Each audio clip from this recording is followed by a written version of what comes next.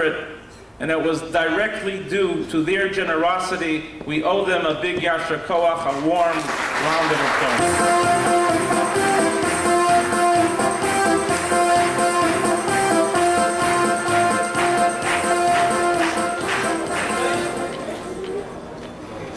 They tell me that in Israel they wanted to develop the biggest and the best Israeli warship, the Israeli warplane, but they fell short on the budget and they were unable to come up with the needed funds.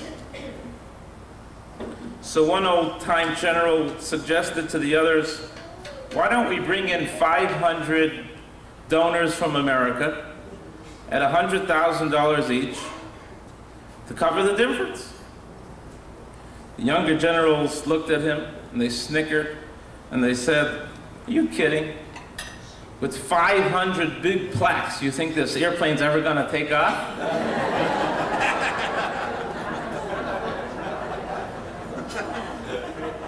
What do you say, Phil? Is it time for a drum roll?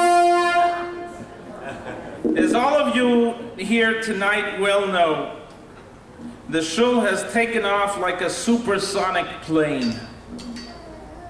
From its infancy, it almost skipped the crawling and its little baby steps and went straight to flying.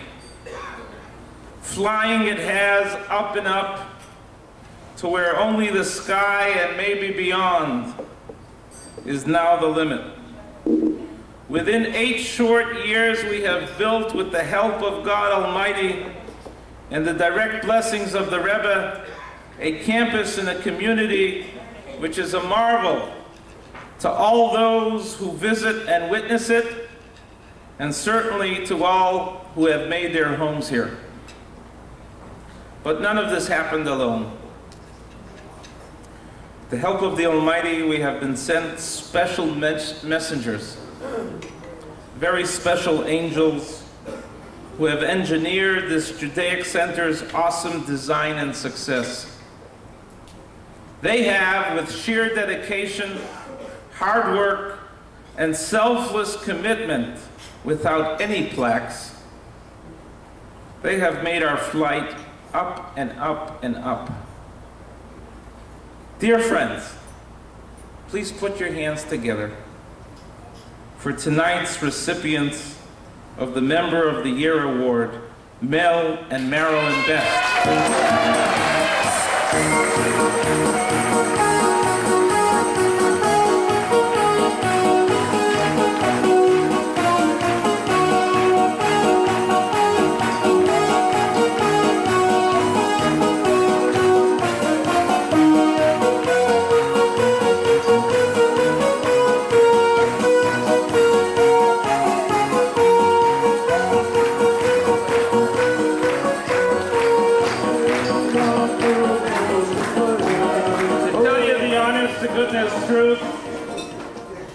Tell you the honest truth, the Bests did not know straight from me that they are tonight's honorees till this very moment.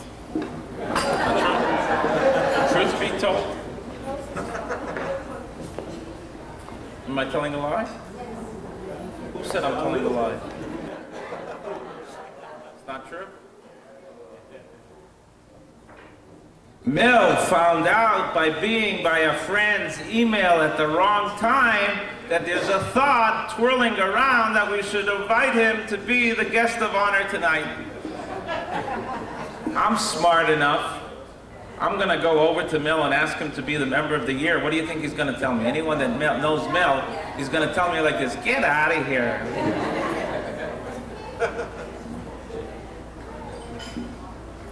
This is the Bests at their best. Angelic, asking for absolutely nothing in return. No awards, no plaques, no attention, nothing. Just doing with all their heart and soul, because that is what's needed to be done. We pay tribute to Mel and Marilyn, for they are the absolute catalysts to our successful development. I can state unequivocally that Mel cares for this shul more than anything in this world, except maybe for his tennis game.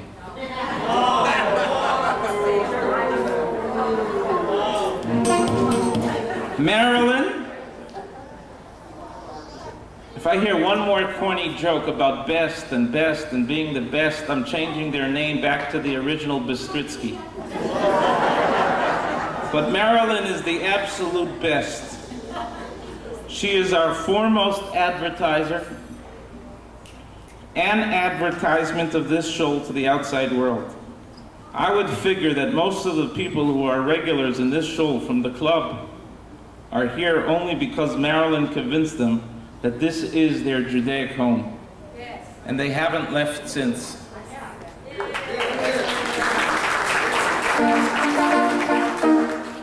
Eminem, call their home machine and listen to them laugh together. Be lucky enough and get through, and you'll speak to two of the most beloved, kind-hearted souls in our community. As far as my experience tells me, Mel doesn't have in his dictionary, in his vocabulary, as far as the shul is concerned, the word no. Any time of the day or night, anything needs to be done, Mel is there for the shul, and Marilyn is right beside him, urging him on. Just want to share with you a little personal story. Yay! Who's the call from? Before I came here, before I got married, I was a staff member at the Rebbe's office in New York. Who said it's true? Okay. So far I have a liar here and a true here. I'm doing okay. Where's Chana for a drum roll? So as a staff member of the Rebbe's office in New York, the Rebbe wished that a family album, for lack of better terms, a Sefer HaShluchim, be compiled of pictures of each of his emissaries, each of their institutions, their families, with each of the families' names, each of the children's names, by their pictures, Ken Yirbu, around the entire world. I was charged with the project. It's one of the greatest schusim merits that I ever have or will have. You can imagine that this was a monumental task, led to the mobilization of dozens and dozens on an editorial team that opened up offices in every major country in the world. The end product, after months and months of laborious work, was the printing of a huge coffee table size 5-volume set, which was of course printed in the tens of thousands. Due to the printing costs, we went to the Far East, to China, to have the books printed. So when in China, Friday morning, 5 o'clock in the a.m., we get a call from Rabbi Krinsky, the Rebbe's secretary, who had just received the proofs off of the hot printing press that we sent overnight to the Rebbe of the first of the pages of the Sefer HaShluchim. And he told us in Hebrew, he asked us if we have a pen, 5 o'clock in the morning. I'm going to share with you a part of that answer which he transcribed on the proofs, which is relevant for tonight. The Rebbe wrote in Hebrew, quoting from the famous verse, biblical verse, L'shem u'leteferes v'l'shilo. It is for a good name, it is beautiful and praiseworthy. It is since that Friday morning in the Orient, in China, that I took upon myself as my lifetime calling and cue from the Rebbe, that when projecting Chabad, when projecting Torah, true Judaism, one needs to do it in a fashion which will be considered beautiful and praiseworthy for the recipient and the beholder, whomever he or she might be. It is our mission to be Mekadesh Shem Shamayim, to sanctify the name of God in everything we do and to whomever we bring that name. Ladies and gentlemen, we are the most wealthy congregation in the world. We are enriched with the absolute most beautiful people, and will continue together to go from strength to strength in bringing Torah, true Judaism, in a city of 48,000 Jews, in the most beautiful, praiseworthy fashion to our fellow brethren. A few weeks ago, I gave Mel and Marilyn the book, The Rebbe's Army. Mel came back a few days later and said to me that although he doesn't dress the part, it's still in my life. You told me that all you're going to do is get up and say thank you. Who's the liar? The Rebbe's Army male came back and said to me that although he doesn't dress the part, he is honored to be a soldier in this illustrious force of the promulgation of Judaism. Mel, not only are you a soldier, but as I told you the other day, the real elite go undercover. So no matter how you dress, you have proven yourself, together with your dear wife Marilyn, to be a part of the elite force in the Rebbe's Army, and together we will continue to bring the Rebbe's message to the world, l'shem, u'leteferes, u'lesehila, as a sanctification of God's holy name. I ask my Eishes Chayil, my partner, Dini, to please join me on stage to present to our honorees their beautiful gift of a silver becher for their Shabbos use in honor of their being named Chabad's Members of the Year for 5764.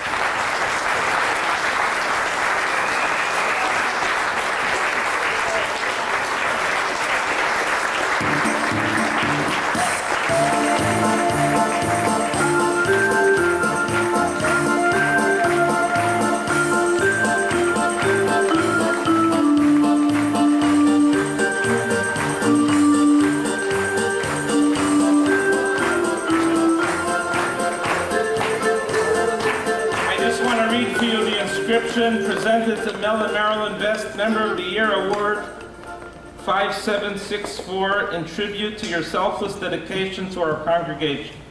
Chabad Lubavitch of Greater Boynton, Gala, Purim Ball, March 7, 2004. Rabbi Shalom Cement, spiritual leader. Mazel tov.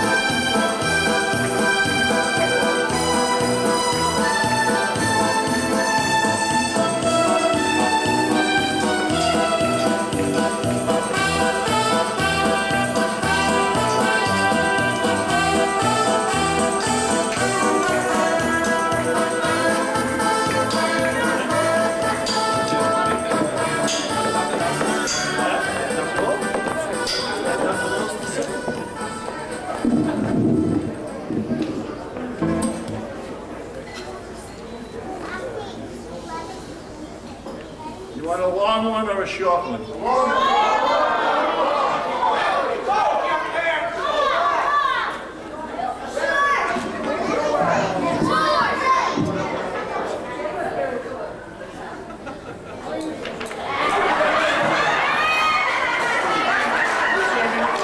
You wanted a long one.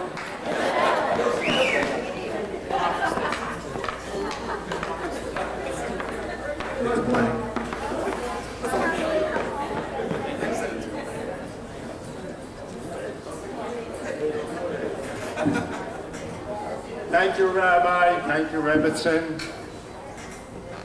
You have to understand now, for weeks I've been threatened.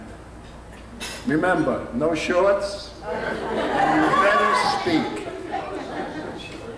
So if you don't recognize me tonight, my name is Menachem Mendel Best, and I am the building administrator.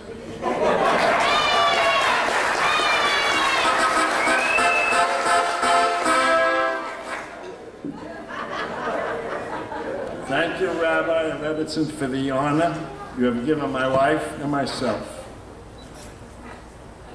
Actually, my first meeting with Rabbi Cement was back in the days on military.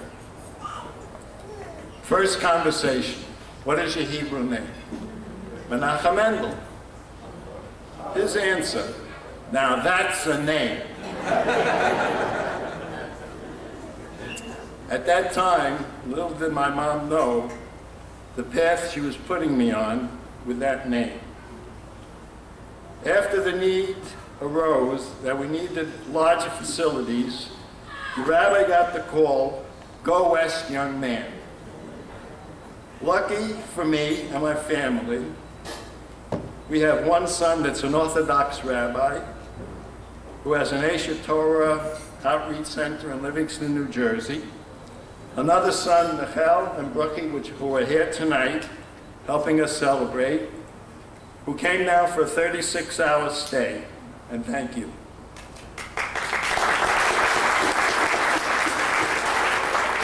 We have another son who is religious in his own way. And I want to thank my sister who made the trip all the way from Palm Isle West.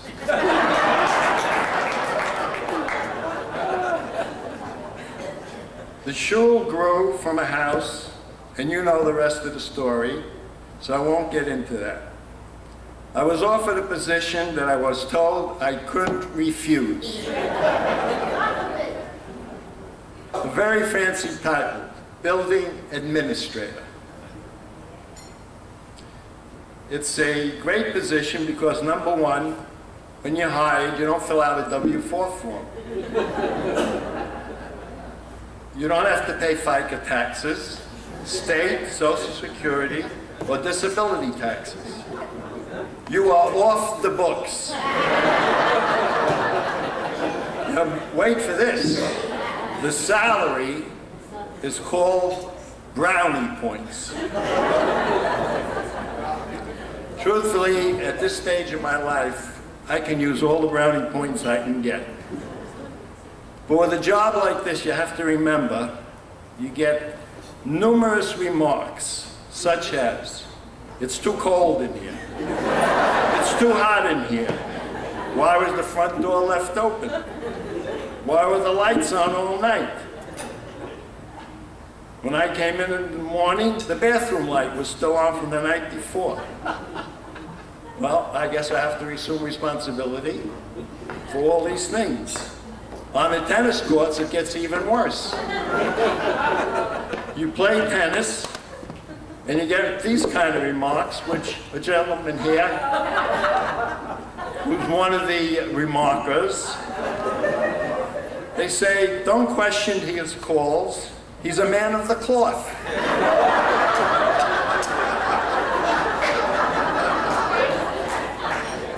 Another remark is, what a shot. He must have gone to synagogue this morning.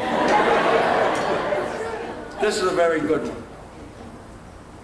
The man wears leather straps on his arm. That's how he does it.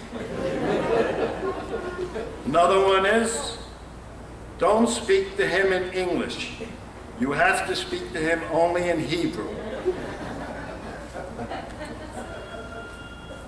With that, I would like to share my honor with a group who at the present time doesn't know they're in Melsky's army, not the rabbi's army. They are professionals, doctors, lawyers, electricians, carpenters, business people, etc., etc. My army moves furniture, erects sukkahs and errors, cleans bathrooms, garbage bins, sweeps and washes floors, they plant flowers, they set the AC temperatures, lights, and then they complain, which means they're happy at their work.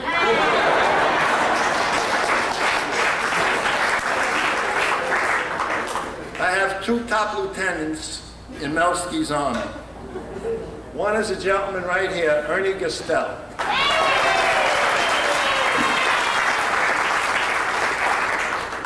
Another one is the other gentleman back there, Schmielik. Schmielik has no last name.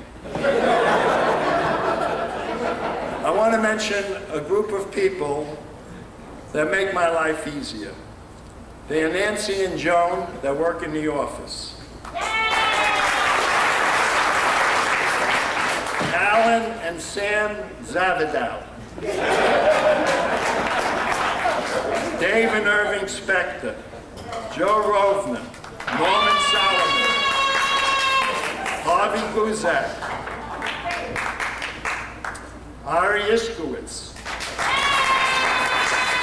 Robert Cohen, Howie Cohen. Very important person, Stan Sherman, right here. Avi Lazarus, he's up north. Dr. Leo and Joe Hendler.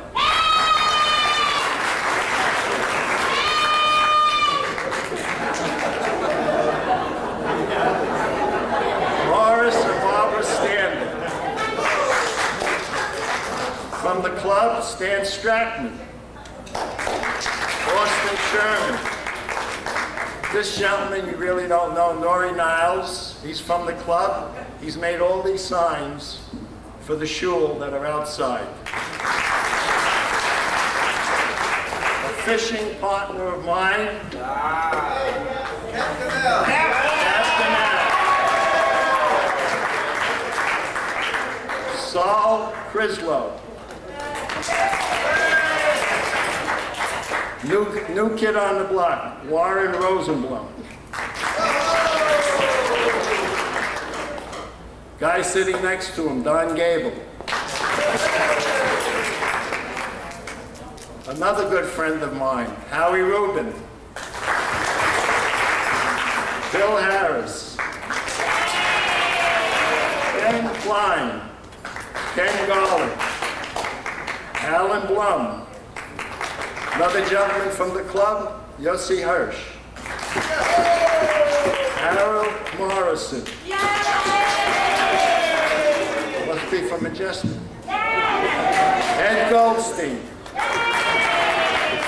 all have to come up front. What's that? Do we come up front, give an award? You get your reward in the morning. Special. Mr. and Mrs. Javer.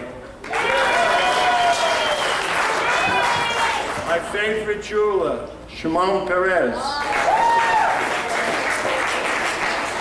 Harold Stroh. Diane Abraham. And the lady who we make so much work for, Eleanor, the housekeeper. By the way, Rabbi, you and Dean, you don't realize you're in my army. Also in my army are the kids, but they don't work for brownie points. They work for candy and tennis balls. If I forgot anyone, remember, anonymous is even a bigger mitzvah than all.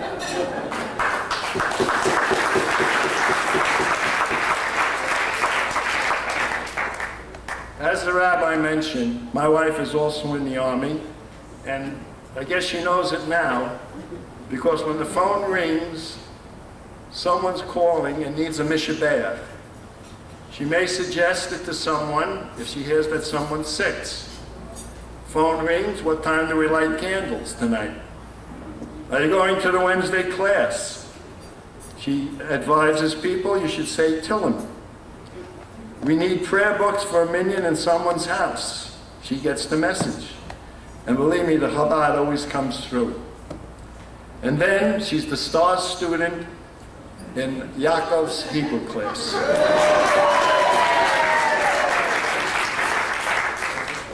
I have a short story to tell you before I end, and this happened about 3 months ago on a Sunday about 1 o'clock in the afternoon. I happen to be home and the phone rings, and it's the rabbi. How come you're home? What are you doing? So on and so on. He doesn't just call to socialize. He says, can you do me a favor? He says, one of the morning teachers is stuck with a flat tire on Eau Claire Ranch Road near the school. Can I help her out? What am I to say? Okay, and I hang up. But I say to my wife, what does this guy think? I'm AAA?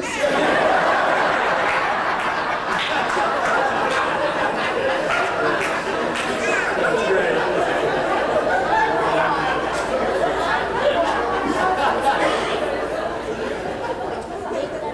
So I get in my car, not the bicycle, and find her with a flat tire. She's sitting in the car waiting, and what is she doing? She's davening.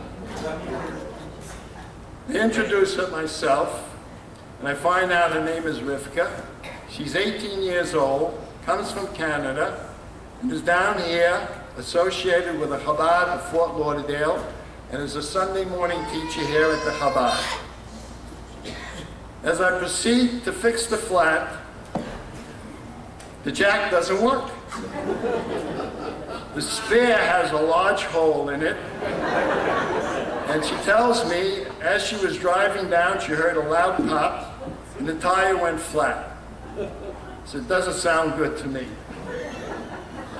Now I really have problems.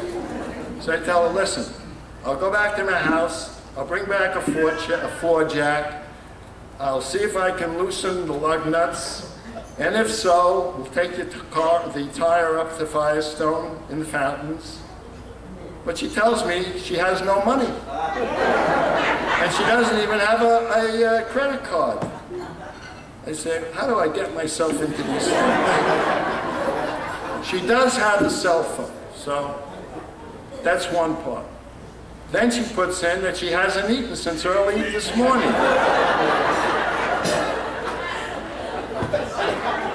I tell her, you know, there's some cookies left in the shoe, but we got to get the tire fixed. So I take her up to Firestone, drop her off, and I tell her to call me when it's fixed. Mounting her tire and getting her back on the car, I proceed to tell her, I don't understand you people. You're sitting in the car davening, you got major problems, you can't get to Fort Lauderdale, you have no money, you're hungry, and like it doesn't even bother you. Now what are you going to tell me? You're going to tell me that Hashem will provide and take care.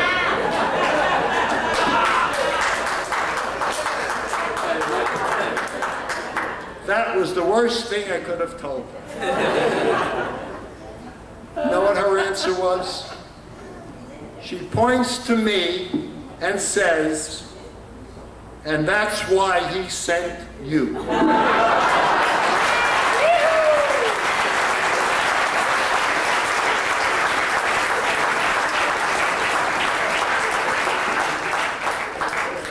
But you're not finished yet. Because the reason everybody here tonight is here is because Hashem sent you too. Thank you.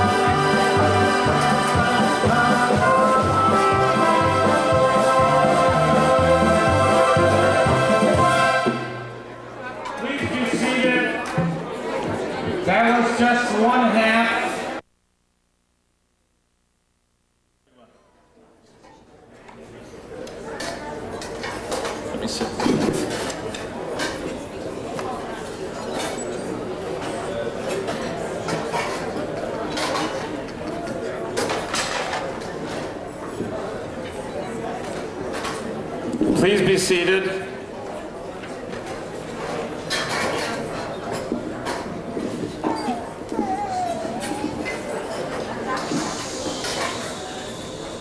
Wow. All I can say is I am very proud of my husband. So we had some surprises for you. He didn't wear shorts, and he's an orator with a sense of humor. I couldn't be prouder.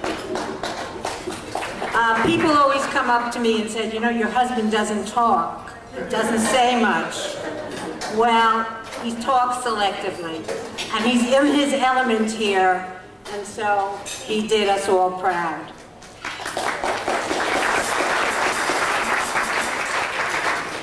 I thought you might want to know a little about us as a couple.